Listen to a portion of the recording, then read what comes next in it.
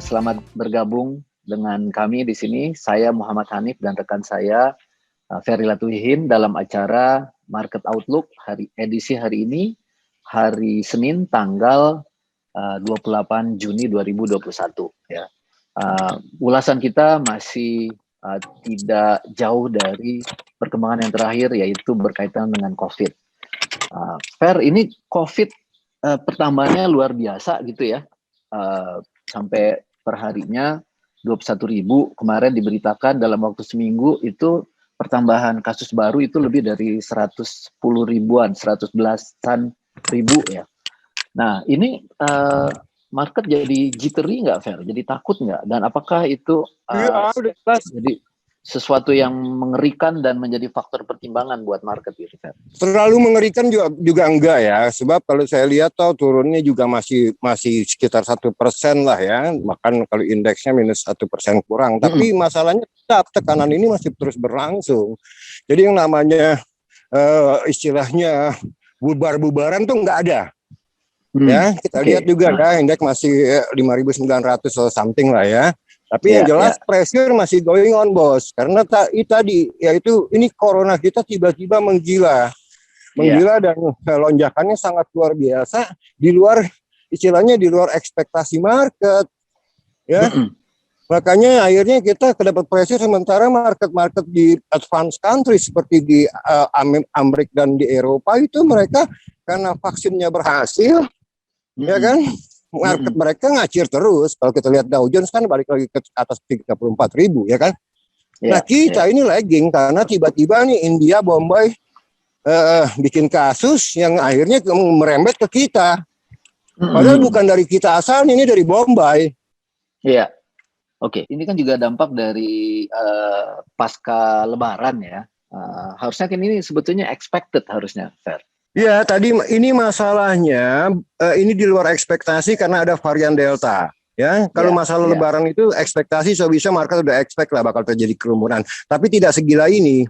Nah, pertama adalah ini lonjakannya sangat luar biasa, dan yang kedua varian baru yang buat market masih gelap. Konsekuensinya apa, bos? Dengan varian Delta ini, yang katanya penyebarannya jauh lebih cepat, 6 kali lebih cepat dari yang tanpa varian. Ya. Oke.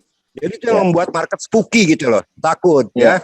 Nah, tapi saya tetap masih mengharapkan economic numbers kuartal kedua yang akan dirilis bulan depan itu tidak jauh dari ekspektasi. Itu yang saya harapkan. Karena ini kan corona ini baru timbul di bulan Juni ini. Ya, di minggu ketiga ya. Minggu 3, jadi April, Mei, Juni pertengahan itu ekonomi masih normal. Ya, dan saya harapkan di bulan Juli bulan depan ini dirilis angka-angka ekonomi memang sesuai ekspektasi gitu loh. Dan mudah-mudahan Delta varian ini juga bisa diatasi sebelum, katakanlah kalau bisa dalam 1-2 minggu. Ya, di samping supply dari vaksin juga lebih lancar lagi, dan itu baru akan mengangkat sentimen market, bos. Ya, kalau sekarang kira-kira udah kelihatan belum, Fer?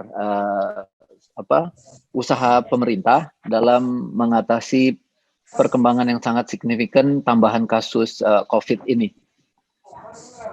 Ya, based on informasi yang saya dapatkan dari Kemenko ya, langsung lah ini ya, karena saya ada kontak dengan Kemenko kan. Sebetulnya mereka well prepared gitu loh ya, artinya baik dari segi infrastrukturnya, dari segi model operasinya untuk menangkap virus ini, biayanya semuanya udah well design gitu ya, tinggal implementasinya. Tapi market kembali kan itu asymmetric information, pemerintah tahu, market kan nggak tahu. I see, oke. Ya, Pak Menteri Kesehatan juga udah nyampein sih bahwa kemarin itu yang saya lihat di berita di TV, vaksin sudah mulai mencapai 1,3 juta vaksin ya per hari. Itu berita bagus sebetulnya, Fer. Ya, it's okay. Oke. Nah, yang lainnya, Fer, yang sedang berkembang juga ya. Ini beberapa media beberapa kali memunculkan berita ini mengenai utang Indonesia. Jadi udah mulai dibanding-bandingkan dengan Yunani, dengan Spanyol, dengan beberapa negara lain yang waktu itu punya masalah seperti Venezuela dan Argentina. Nah, sebetulnya gimana sih Fer Ini kalau utang kita gitu? masalah utang ini bukan barang baru, cuman menjadi pemicu karena BPK kemarin memberikan warning. Itu Iya. aja. Padahal nggak ada Nah, masalah, kita tunggu rating, sovereign rating kita aja dari agensi seperti S&P, Moody's, Fitch segala macam gitu loh. Ya, jadi jangan, kalau masalah utang ini bukan barang baru, tapi kemarin mendapat booster dari tegurannya BPK. Nah, Gitu teguran loh. BPK itu bukannya sesuatu yang seharusnya juga valid ya? Atau gimana, Fer? Nah, begini aja, kita bermain angka threshold aja. Kalau in term of GDP baru 40,5%, bos. Kenaikannya cuma dari 37% menjadi 40,5% akibat corona gitu loh ya. Masih jauh dari threshold yang diizinkan oleh DPR, yaitu 60%.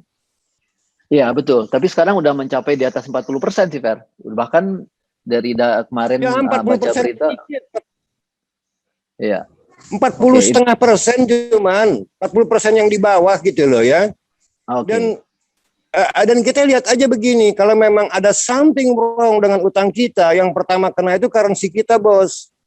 Ya, Rupiah kita oke. pasti kebabasan. Nah, sekarang rupiah ada di level 14.400 atau Nah, terus 14.300 itu akibat corona. ya, ya. Jadi Ya. bukan dari sentimen terhadap berita tentang utang ya, Fer ya? Bukan, nggak ada urusannya. Itu cuman ini aja lah, ekonom abal-abal yang sorry tentang utang gitu loh. Kalau memang itu bermasalah, yang pertama harus mereka lihat adalah pressure terhadap rupiah. That's it. Ya. Ya kan? Ya. Sementara rupiah kita relatif stabil, kalaupun dia terdepresiasi sedikit itu karena related ke COVID ya. Iya, nggak ada urusan sama utang di situ. Jadi di mana-mana pertama kali kalau ada masalah dengan negara, terutama masalah keuangannya, lihat currency-nya, that's it. Oke, Fer. Nah, sekarang kita masuk ke pertanyaan nih, Fer. Melihat kondisi, ini ada Teddy Irano yang nanya, melihat kondisi COVID-19 yang mencapai rekor tertinggi dalam seminggu ini, hal tersebut berbanding terbalik dengan IHSG yang turun dan beberapa emiten blue chip all time low ya, year to date 2021. Bagaimana proyeksi ke depan dengan kondisi seperti ini? Worse than before atau masih bisa ke 7.000? Enggak, menurut saya ini to a great extent kalau melihat pressure-nya yang tidak terlalu fantastis, memang normal saja sesuai dengan perkembangan corona. Seharusnya sih kalau menurut saya outlook ke depan, kalau memang dalam bulan Juli ini corona ini bisa ditangani dengan baik oleh pemerintah, ekonomi kita not bad.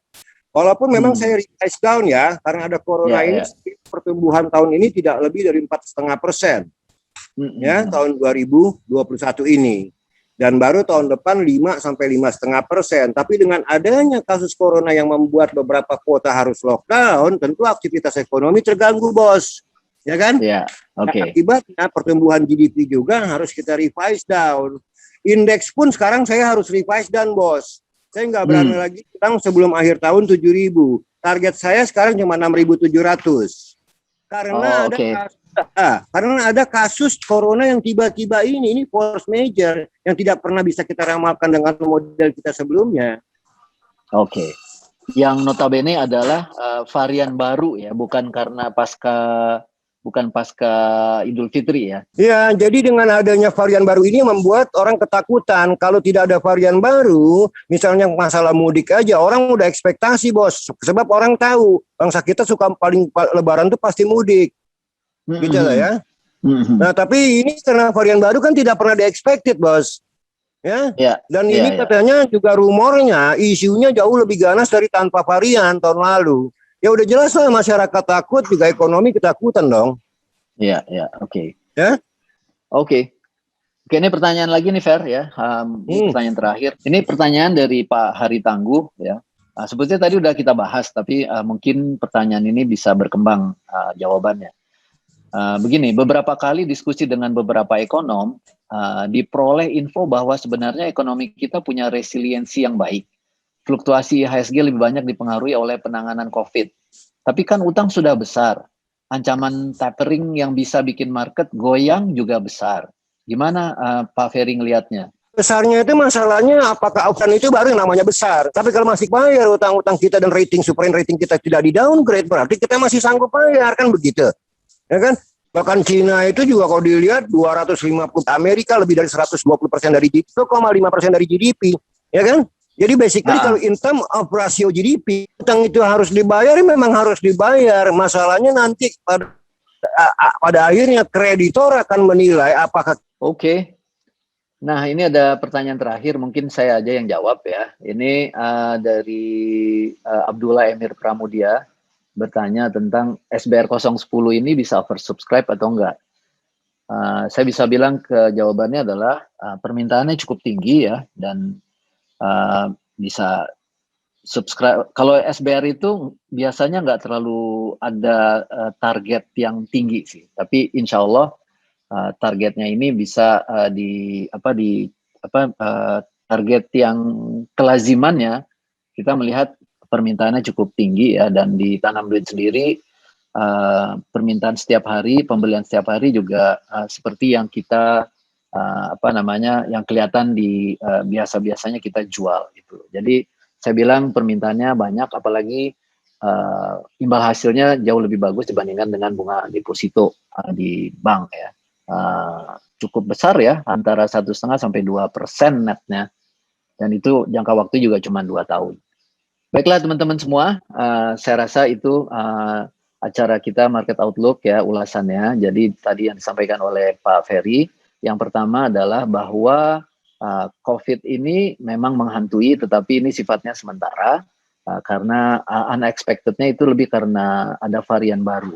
Tetapi pertumbuhan ekonomi di kuartal kedua ini diharapkan masih tetap inline ya, karena gangguan yang terjadi karena perkembangan COVID itu adalah di 2 minggu terakhir di bulan Juni ini. Ya.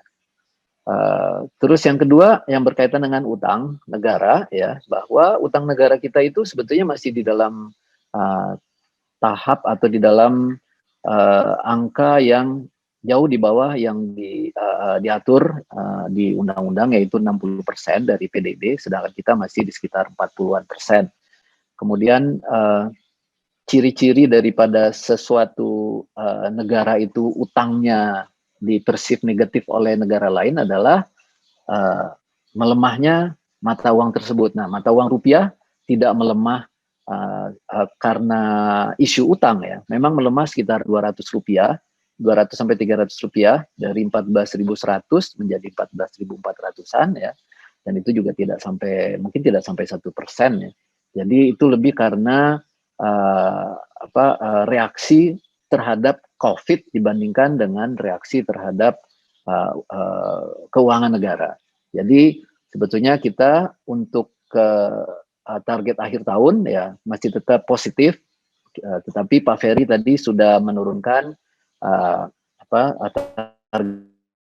targetnya yang tadinya 7.000, beliau menurunkan menjadi 6.700 ya. Dan kalau penanganan COVID ini bisa sangat drastis atau sangat signifikan perbaikannya, orang yang divaksin lebih banyak, kemudian yang kasus bisa ditekan ya, itu mungkin bisa target semula itu bisa dipertimbangkan kembali. Baik teman-teman semua, demikian acara Market Outlook kita kali ini. Pak Ferry sepertinya sudah susah bergabung karena mungkin sinyalnya buruk sekali ya. Dan kebetulan di tempat saya juga sinyalnya juga kurang begitu bagus hari ini. Mohon maaf jika ada hal-hal yang kurang berkenan. Semoga informasi ini bermanfaat untuk teman-teman semua. Sampai jumpa di Market Outlook minggu yang akan datang. Selamat siang.